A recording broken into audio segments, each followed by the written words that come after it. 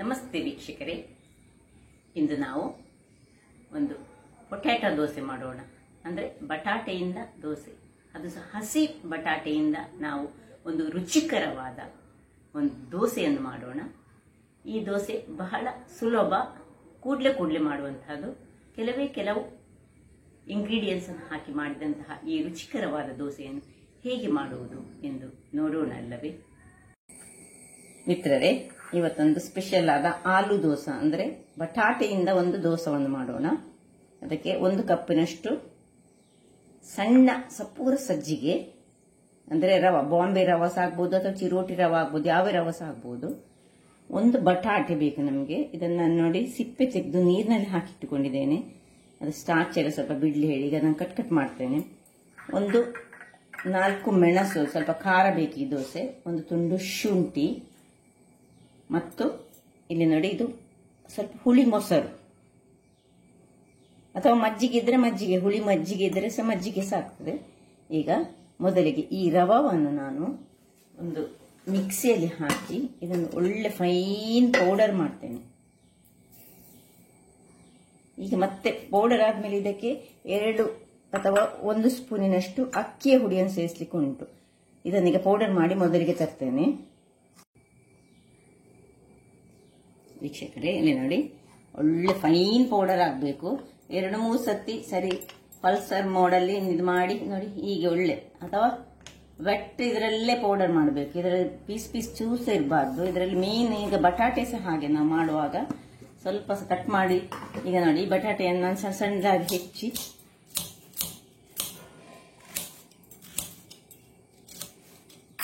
ಸ್ವಲ್ಪ ಬೇಕಿದ್ರೆ ಇದನ್ನು ನೀರಿನಲ್ಲಿ ಹಾಕಿಟ್ಟುಕೊಂಡು ಸಹ ಮಾಡಬಹುದು. ಈಗ ಒಂದು ಸಣ್ಣ ಮಿಕ್ಸಿ ಜಾರನ್ನು ತೆಗೆದುಕೊಂಡು ನೋಡಿ, ಸ್ವಲ್ಪ ಒಂದು ಖಾರಕ್ಕೆ ನಿಮಗೆ ಬೇಕಿದ್ದಷ್ಟು ನಾನೊಂದು 3 ಮೆಣಸು ಹಾಕೊಂಡಿದ್ದೇನೆ. ಖಾರ ಸ್ವಲ್ಪ, ಇದನ್ನು ಒಳ್ಳೆ ಸ್ವಲ್ಪ ಮೊಸರನ್ನೇ ಹಾಕೊಂಡು ನಾವು ಮತ್ತೆ ಸ್ವಲ್ಪ ಬೇಕಿದ್ರೆ ನೀರು ಹಾಕಿ ಒಳ್ಳೆ ಫೈನ್, ಒಂದು ಚೂರು ಇದರಲ್ಲಿ ಪೀಸಸ್ ಇರಬಾರ್ದು, ಅಷ್ಟು ಫೈನ್ ಆದ ಒಂದು ಬಟಾಟೆಯ ಒಂದು ಪ್ಯೂರಿ ಟೈಪಲ್ಲಿ ಮಾಡ್ಕೊಳ್ಳೋಣ. ಇದನ್ನು ನಾನು ಮಾಡಿ ತರ್ತೇನೆ. ವೀಕ್ಷಕರೇ ನೋಡಿ, ಇಲ್ಲಿ ನೋಡಿ ಇಷ್ಟು ಗ್ರೈಂಡ್ ಆಯಿತು ಇದು. ಈಗ ಇದಕ್ಕೆ 1 ತುಂಡು ಶುಂಠಿ ಮತ್ತು 1/4 ಚಮಚದಷ್ಟು ಜೀರಿಗೆಯನ್ನು ನಾವು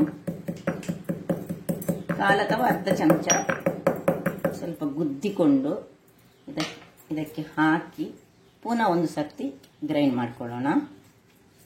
ಒಳ್ಳೆ ಫೈನ್ ಆಗಿ ಈ ಬಟಾಟೆದ್ದು ಪ್ಯೂರಿ ಉಂಟಲ್ಲ, ಒಳ್ಳೆ ಗ್ರೈಂಡ್ ಆಗಬೇಕು, ಇಲ್ಲದಿದ್ದರೆ ಅದು ಬಾಯಿಗೆ ಸಿಕ್ಕಬಾರ್ದು. ಅದನ್ನು ಪುನಃ ಗ್ರೈಂಡ್ ಮಾಡಿ ತರ್ತೇನೆ.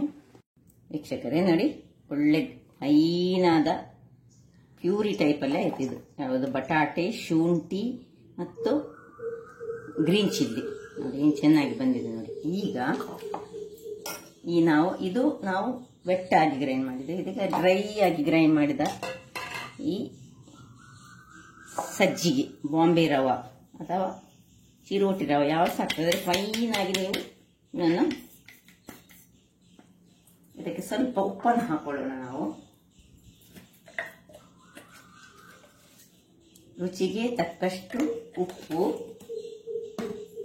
ಹಾಗೂ ಇದನ್ನು ಚೆನ್ನಾಗಿ ಕಲಡಿಸಿಕೊಳ್ಬೇಕು. ಕಲಡಿಸುವ ಮೊದಲು ನಾನು ಹೇಳಿದ ಹಾಗೆ 1 ಸಣ್ಣ ಸ್ಪೂನ್ನಲ್ಲಿ 2 ಸ್ಪೂನಿನಷ್ಟು ಅಕ್ಕಿ ಹುಡಿ ಇಲ್ಲದೆ ನಿಮಗೆ ಮೈದಾ ಯೂಸ್ ಮಾಡೋದ್ರೆ ಮೈದಾ ಮಾಡಿ, ಮೈದಾ ಬೇಡ ನಮಗೆ, ಅದರಿಂದಾಗಿ ಅಕ್ಕಿ ಹುಡಿ, ಸ್ವಲ್ಪ ಹುಳಿ ಮಜ್ಜಿಗೆ ಹಾಕಿ ಇದನ್ನು ಚೆನ್ನಾಗಿ ನಾವು ಕಲಡಿಸೋಣ. ಈಗ ಇದಕ್ಕೆ ಇನ್ನು ಎಷ್ಟು ನೀರು ಬೇಕು ಅಷ್ಟು ನೀರನ್ನು ಹಾಕೊಂಡು ಇದರ ಕನ್ಸಿಸ್ಟೆನ್ಸಿ ನಿಮಗೆ ನಾನು ತೋರಿಸ್ತೇನೆ. ನೋಡಿ ವೀಕ್ಷಕರೇ, ಕನ್ಸಿಸ್ಟೆನ್ಸಿ ಹೀಗೆ ಬರಬೇಕು ನಿಮಗೆ. ಸಪೋಸ್ ಇದನ್ನು ಕೈಯಲ್ಲಿ ಕಲಡಿಸ್ಲಿಕ್ಕೆ ಆಗದ್ರೆ ಒಮ್ಮೆ ಮಿಕ್ಸಿಯಲ್ಲಿ ಹಾಕಿ 1 ರೌಂಡ್ ತೆಗೀರಿ, ಆಗ ಬಹಳ ಚೆನ್ನಾಗಿ ಬರ್ತದೆ. ಹೀಗೆ ಆದ್ಮೇಲೆ ನೋಡಿ ಒಳ್ಳೆ ಈ ಶುಂಠಿ ಮತ್ತು ಮೆಣಸಿನ ಘಮ ಬರ್ತಾ ಉಂಟು ಇದಕ್ಕೆ. ಈಗ ಇದನ್ನು ಸ್ವಲ್ಪ ಏನು ಮಾಡಬೇಕು ಹೇಳಿದ್ರೆ 10 ನಿಮಿಷಗಳ ಕಾಲ ಹೀಗೆ ಇಟ್ಕೊಳ್ಳೋಣ. ಅಷ್ಟೊತ್ತಿಗೆ ನಾವೊಂದು ಚಟ್ನಿಯನ್ನು ರೆಡಿ ಮಾಡುವ. ನೋಡಿ, ನಾನು ಮುಚ್ಚಿ 10 ನಿಮಿಷದ ನಂತರ ನಿಮಗೆ ತೋರಿಸ್ತೇನೆ. ವೀಕ್ಷಕರೇ, ಈಗ ಚಟ್ನಿಗೊಂದು ರೆಡಿ ಮಾಡಿಕೊಳ್ಳೋಣ. ನೋಡಿ, ಇದು ಇಲ್ಲಿ ಒಂದು 10 ನಿಮಿಷ ನೆನಿಲಿ. ಇಲ್ಲಿ ನೋಡಿ ನಾನು ಈ ಮಿಕ್ಸರ್ಗೆ ಒಂದು ಸ್ವಲ್ಪ ಹೆಚ್ಚು ಕೊತ್ತಂಬರಿ ಸೊಪ್ಪೆ ಹಾಕೊಳ್ಳಿ, ಒಳ್ಳೆ ಆಗ್ತದೆ. ದಂಟಿನ ಸಹಿತ ಹಾಕೊಳ್ಳೋಣ. ಮತ್ತೊಂದು ಸಣ್ಣ ಸಣ್ಣ ಇದು ಗ್ರೀನ್ ಚಿಲ್ಲಿ ನಿಮಗೆ ಎಷ್ಟು ಬೇಕೋ ಅಷ್ಟು ಹಾಕೊಳ್ಳಿ. ಸಣ್ಣ ಹುಳಿ, ಒಂದು ತುಂಡು ಶುಂಠಿ ಬೇಕೇ ಬೇಕು. ಯಾಕಂದ್ರೆ ನಾವು ಮಾಡೋದು ಯಾವುದ್ರ ದೋಸೆ ಹೇಳಿದರೆ ಬಟಾಟೆಯ ದೋಸೆ, ಅದರಿಂದಾಗಿ ಸ್ವಲ್ಪ ತೆಂಗಿನ ತುರಿ ಮತ್ತೆ ಸ್ವಲ್ಪ ಉಪ್ಪು ಹಾಕೊಂಡು ಸ್ವಲ್ಪ ನೀರು ಹಾಕಿ ನಾನು ಗ್ರೈಂಡ್ ಮಾಡ್ತಾ ಇರ್ತೇನೆ. ವೀಕ್ಷಕರೇ ನೋಡಿ, ಚಟ್ನಿ ರೆಡಿ ಆಯಿತು. ಇಲ್ಲಿ ನಾವೊಂದು ಇದಕ್ಕೆ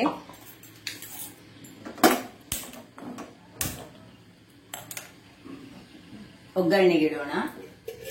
ಸ್ವಲ್ಪ ಎಣ್ಣೆ, ಅದಕ್ಕೆ ಹೆಚ್ಚೇನು ಹಾಕ್ಲಿಕ್ಕಿಲ್ಲ. ಎಣ್ಣೆ ಬಿಸಿ ಆಗಲಿ. ಎಣ್ಣೆ ಬಿಸಿ ಆಗುವಾಗ ಇಲ್ಲಿ ನೋಡಿ 2 ಬೆಳ್ಳುಳ್ಳಿಯನ್ನು ನಾನು ಈಗ ಇದಕ್ಕೆ ಗುದ್ದಿ ಹಾಕ್ತಿದ್ದೇನೆ. ಯಾಕೆ ಹೇಳಿದ್ರೆ ನಾವು ಮಾಡುವ ದೋಸೆ ಯಾವ ದೋಸೆ ಹೇಳಿದ್ರೆ ಬಟಾಟೆ ದೋಸೆ, ಅದರಿಂದಾಗಿ ಸ್ವಲ್ಪ ಗ್ಯಾಸ್ಟ್ರಿಕ್ ಅಂಶವನ್ನು ಹೊಂದಿರ್ತದೆ. ಆಮೇಲೆ ಸ್ವಲ್ಪ ಸಾಸಿವೆ,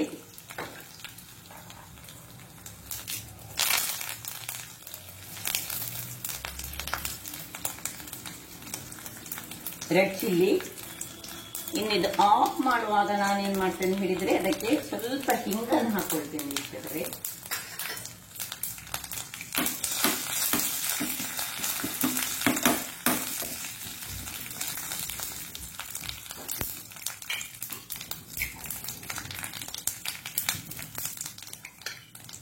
ಹಿಂಗು ಆಫ್ ಮಾಡ್ಕೊಳ್ತಿದ್ದೇನೆ. ಇದನ್ನು ಶಿಫ್ಟ್ ಮಾಡ್ತೇನೆ.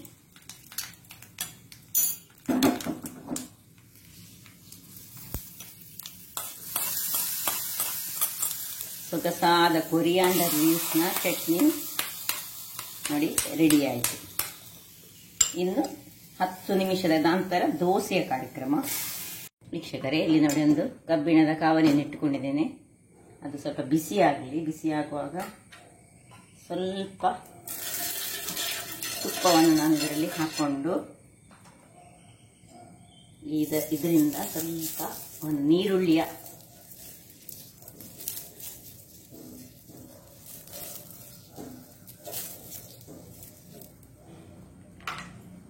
ಈಗ ಒಳ್ಳೆ ಬಿಸಿ ಆಗಬೇಕು ನೋಡಿ.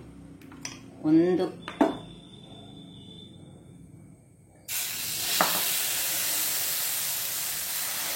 ಎಷ್ಟು ದೊಡ್ಡ ನಿಮಗೆ ಬೇಕು ಅಷ್ಟು ದೊಡ್ಡದು, ಎಷ್ಟು ತೆಳು ಬೇಕು ಎಷ್ಟು ಅದು ಸಹ ಆಗ್ತದೆ. ಕ್ರಿಸ್ಪಿಯಾದ ದೋಸೆ ನಿಮಗೆ ಮಾಡಿಕೊಳ್ಬಹುದು. ಈಗ ಇದಕ್ಕೆ ಸ್ವಲ್ಪ ಮೇಲಿನಿಂದ ತುಪ್ಪವನ್ನು ಹಾಕೊಂಡು, ಸೈಡ್ಸ್ ಬೇಕಿದ್ರೆ ಸ್ವಲ್ಪ ಹಾಕೊಳ್ಬಹುದು. ಮುಚ್ಚಳ ಮುಚ್ಚಿ ಒಂದು 5 ನಿಮಿಷಗಳ ಕಾಲ ನಾವು ಬೇಯಿಸೋಣ.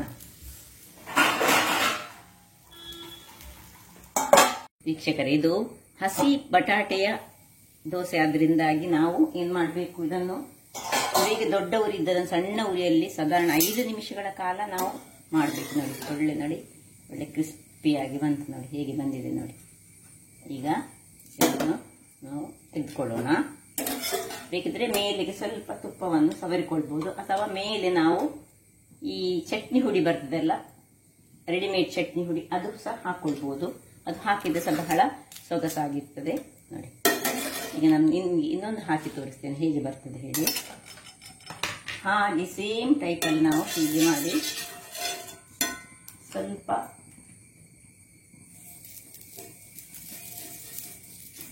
ಇದಕ್ಕೆ ನೀರುಳ್ಳಿಯ ಫ್ಲೇವರ್ ಅನ್ನು ಅದು ಸ್ವಲ್ಪ ಕೊಡ್ತದೆ. ಅದು ಒಳ್ಳೆ ಆಗ್ತದೆ ತಿನ್ನುವಾಗ. ಬಟಾಟೆಯೊಟ್ಟಿಗೆ ನೀರುಳ್ಳಿ ಸ್ವಲ್ಪ ಬಿಸಿಯಾದ ಕಾವಲಿಗೆ ಹಾಕಬೇಕು.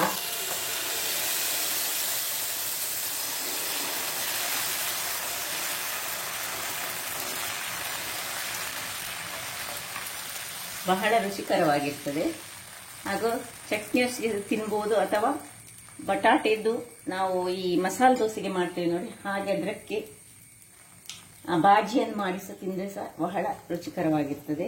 ಇಲ್ಲಿ ನೋಡಿ, ಸ್ವಲ್ಪ ತುಪ್ಪವನ್ನು ಮೇಲೆ ಹಾಕೊಂಡು ಇನ್ನು ಮುಚ್ಚಳವನ್ನು ಮುಚ್ಚಿ ನಾವು ಕಾಯಿಸೋಣ. ನಾನು ಹೇಳಿದ ಹಾಗೆ ಸುರಿಗೆ ದೊಡ್ಡ ಉರಿದದನ್ನು ಸಣ್ಣ ಉರಿಯಲ್ಲಿ 5 ನಿಮಿಷ, ಅಂದ್ರೆ ಹಸಿ ಬಟಾಟೆ ಇರುವುದನ್ನು ಅದು ಬೇಯಬೇಕು ಅದರಲ್ಲಿ.